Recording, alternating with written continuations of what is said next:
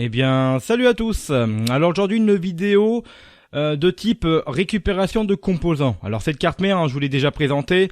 On a essayé même de la démarrer. Je crois qu'elle est à base de Duron Barton. On verra ça plus tard. J'ai récupéré notre barrette de DDR1 333 qui pourrait éventuellement fonctionner. Voir si c'est la carte mère qui fonctionne ou si c'était un problème de barrette mémoire, puisqu'on avait essayé avec de la DDR1 400. Ok, bon, ça c'est clos. Alors c'est la même carte mère que je vous ai présentée, d'accord? Donc c'est pas la carte mère que j'ai récupérée là pour cette vidéo. Alors j'ai pris cette carte mère qui va servir de cobaye, vous allez voir.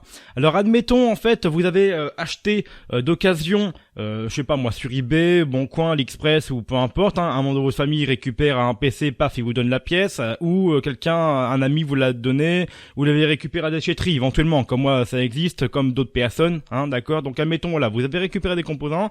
Et on va essayer de la remettre en état. Donc, j'imagine que la pâte thermique, alias la pâte conductrice, parce que certains l'appellent comme ça, vous dites comme vous le voulez.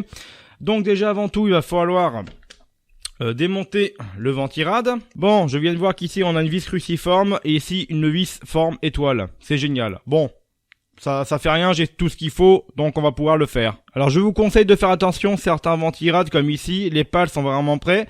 Et vous voyez que les pattes, les pales, pardon, sont pliées. Donc bon, si vous achetez d'occasion, même si vous pouvez le réparer vous-même, les redresser vous-même, remboursement, voilà, faut pas déconner, c'est pas parce que vous l'achetez pas cher que voilà, Donc on retire la deuxième vis en faisant attention, même si c'est très compliqué. Oh, c'est un peu une connerie. Alors faut prendre un tournevis encore plus fin, mais bon, ok. C'est un peu dommage, ouais, c'est la première fois que je le démonte. Bon, elle a pas l'air sec du tout. Ah bah d'accord, en fait on a plus de pâte thermique sur le processeur. Enfin, autour, oui, d'accord. Mais voilà, au niveau du processeur, en fait, bah il y a plus rien qui le couvre. En même temps, les Athlon, l'XP, tout ça, c'est connu pour chauffer, comme les Pentium 4. Alors ici, nous avons quoi comme processeur? Alors on a un Athlon 2500. Voilà, j'aurais cru un Barton qui me disait, ou à moins que c'est l'autre PC, c'est possible. J'avais récupéré pas mal de 462, 2 ou 3 d'ailleurs, y compris un HP complet. Donc, si vous avez récupéré une carte mère, je vous conseille quand même de regarder si les condensateurs sont en mode chou-fleur, c'est-à-dire qu'ils ne sont plus plats, mais arrondis. D'accord? Dans ce cas, il faudrait les changer. C'est simple à faire, je vous l'ai montré dans une des vidéos, éventuellement je pourrais le refaire un peu plus tard. J'ai une ou deux cartes mères où je dois justement changer les condensateurs.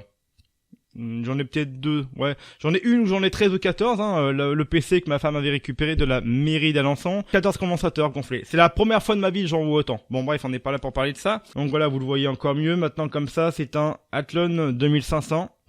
Donc, sait-on jamais, avant, pour éviter tout problème, on regarde, je ne sais pas si vous allez bien voir, normalement oui, on regarde s'il y a des broches de pliés. Alors ça veut pas dire parce que le processeur rentre pile poil dans son socket qu'il n'y a pas des broches ou des pins, dites-le comme vous voulez, manquantes, d'accord? Peut-être qu'il a été trafiqué, etc. On n'en sait rien. Surtout si on ne connaît pas dans quelles conditions il était stocké.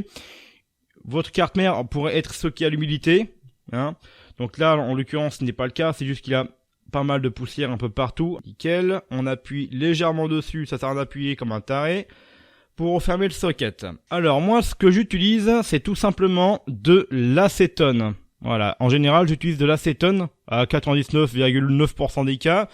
Rarement j'utilise de l'essence F, qui doit être un peu plus cher d'ailleurs je trouve. Alors tout ça vous trouvez dans le commerce au niveau des batteries, de véhicules, des ampoules et tout ça dans les hypermarchés. Après tout dépend comment est fait le magasin, voilà. Donc Carrefour, Leclerc, voilà, Auchan, Super U, je peux le dire. Vous trouvez ça dans les hypermarchés au niveau des batteries de voitures en fait, dans tout ce qui est automobile en général. Qu'est-ce que je veux dire? Ouais, donc vous pouvez prendre donc l'acétone, de l'essence F comme moi j'utilise. Sinon vous pouvez aussi prendre le Waspirit que moi j'utilise pas trop parce que je trouve que ça fait un filet gras, mais vous pouvez, c'est tout à votre honneur. Si vous voulez aussi utiliser de l'alcool à 90, alors vous pouvez l'utiliser à 70%, le problème c'est que je vous le déconseille, c'est qu'il n'y en aura pas assez. Donc non, enlevez ce que je viens de dire, n'en utilisez pas, prenez l'alcool à 90, sinon vous allez vraiment vous faire chier à gratter comme un demeuré le die du CPU, du processeur. Alors moi ce que j'ai fait au préalable, c'est que j'ai déjà mis de l'acétone dans une tasse. hein, tasse de café. Donc faites attention bien sûr, lavez-la bien et faites attention si vous êtes des enfants bordel, faites attention, hein, c'est pour jamais, je dis ça comme ça, hein. Donc des cotons-tiges, hein, on prend ça, on l'imbibe de l'acétone et on y va tout simplement. Logiquement ça part tout seul, d'accord? Donc si on n'a pas assez, on réimbibe, voilà, et on a reparti. Alors j'ai l'impression de faire une pub pour le téléachat, hein, l'arnaque du siècle pour moi. Bon, bref, après chacun son point de vue là-dessus. Mais voilà, donc on y va tranquillement, vous voyez, nickel, ok. Hop, on y va tranquillement et au bout d'un moment, bah vous allez tout retirer. Quoique d'ailleurs, tout retirer de la pâte thermique. Ah, c'est mon quart d'heure de folie. Donc vraiment, faut pas avoir peur d'insister, hein. De toute façon, voilà, il y a juste à nettoyer dans le pire des cas avec un autre coton-tige un peu sec. Et voilà, donc vous voyez comme quoi ça fait des taches un peu dégueulasses, mais il y a juste à frotter et on enlève le plus gros. Hop. Donc là, il y en a pour une petite minute encore de nettoyage. Et puis voilà, donc n'ayez pas peur si vous en mettez un peu partout, hein. Ça se nettoie, il y a pas de souci. Là, c'est un gros bout sec ici d'ailleurs. Hop. On continue jusqu'à que ça devienne propre. Voilà, maintenant votre die, les contours et le processeur entier est propre. Voilà, je peux vous montrer si vous voulez, hein, en face. Voilà, tout est nickel. Donc maintenant, il n'y a plus qu'à procéder à la mise en place de votre nouvelle pâte thermique, votre pâte conductrice. Donc on n'hésite pas, c'est un Atone, voilà. Si vous en mettez un tout petit peu à côté, c'est vraiment pas méchant, hein, ok? Ensuite, je précise aussi, il va falloir faire la même chose pour le radiateur, c'est un peu logique. Alors moi je trouve qu'il n'y a aucune question bête, comme je peux avoir de temps en temps sur des forums ou quoi, c'est quelle utilité de la pâte thermique, hein, pourquoi mettre une pâte conductrice? Et bah tout simplement en fait, si vous en mettez pas, et vous mettez votre radiateur, comme ça directement, hein, donc vous le vissez tout ça, vous imaginez tout, d'accord? Et bah le problème c'est que le radiateur ne va pas recevoir toute la chaleur, il va vraiment, excusez-moi, il va pas dégager la totalité de la chaleur. Donc c'est-à-dire que tout sera concentré sur le die, sur le processeur. Donc du coup, si vous avez vraiment pas de chance, dans le pire des cas, c'est surchauffe, hein. Donc il va s'éteindre au bout d'un moment parce que il n'en peut plus, hein. Donc redémarrage du PC et vous n'allez pas comprendre pourquoi votre PC redémarre. Tout simplement parce que votre CPU lui ici, il est en surchauffe et il dit merde. Voilà, tout simplement. Alors que si on met de la pâte conductrice et qu'on met le radiateur, donc en cuivre ou pas, hop là, la carte mère, elle veut partir, ça y est, elle veut plus faire partir de la vidéo. Donc une fois que vous avez, donc quand vous mettez votre ventirad avec de la pâte thermique, pâte conductrice, et ben justement elle va assimiler la chaleur qui sort du processeur, du processeur vers le ventirad, et lui, le ventilateur, il va justement souffler l'air sur les côtés et pendant que le dissipateur thermique ici récupère toute la chaleur. Voilà, c'est comme ça que ça marche. Il n'y a pas de question conne, je vous réponds. Donc, même principe ici. Là, ça doit être bien sec, hein. Donc s'il vous plaît, ne le faites pas au tournevis, ne le grattez pas au tournevis comme Bob Morris, c'est une connerie. Regardez, juste un petit coup d'acétone et ça part. Il n'y a même pas besoin de rayer votre radiateur. Parce qu'en faisant ça, vous allez supprimer le plat qu'il y a, justement, pour que ça soit vraiment efficace à 100%, pour que le rendement se fasse à 100%. Donc, ne le faites pas, hein, je vous le déconseille fortement. C'est pas compliqué. Vous en mettez autant que possible, autant qu'il faut. Hop, on va le nettoyer jusqu'à que ce soit pas. Vous voyez, ça part, hein, voilà, avec tout le pâté qu'on avait, et on continue jusqu'à qu'il n'y en ait plus. Comme pour le processeur. Maintenant que les deux éléments sont propres, on a appliqué la pâte thermique sur le die du processeur.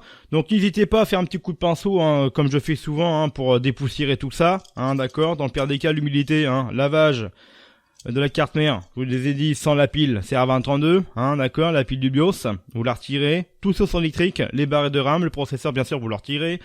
Rien de connecté, juste la carte mère à nu, elle-même, rien, que dalle. Pas de source électrique, et pas de processeur, pas de RAM, pas de carte graphique, rien du tout, d'accord. Regardez ma vidéo, qui est l'une des plus populaires de ma chaîne, vous allez voir comment laver ça proprement. Il vous faut pas grand chose, de l'eau, du liquide vaisselle, et un pinceau, ni trop dur, ni trop souple, et voilà. Il suffit.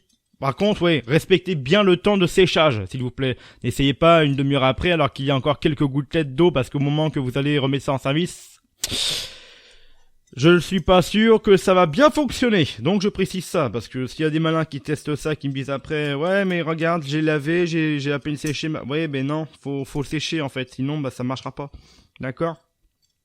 Donc il y a plus qu'à, il y a pas de sens là-dessus, non nickel, juste les vis ok, et bah on n'a plus qu'à réinstaller, voilà, notre ventirad, on va le revisser, et voilà. Donc vous voyez, il n'y a rien de bien compliqué, et vous pouvez même le faire chez vous à la maison.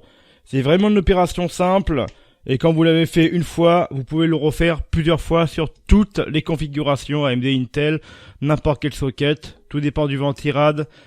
Évitez de plier les pales comme là c'est fait. Donc bien sûr, vous remettez après vos barrettes de RAM, etc. si c'est déjà retiré ou non. Hop. Moi ce que j'aime bien quand il y a un long fil, c'est que hop, on fait ça. Et on branche ça évidemment. Donc c'est un vieux Zalman en 3 pins. Hein. Et voilà. Et vous n'avez plus qu'à la remettre en service, installer votre système d'exploitation, Windows ou Linux de préférence sur les vieilles machines. Et puis voilà. Voilà, j'espère que cette vidéo vous a été utile et je n'ai plus qu'à vous dire à la prochaine.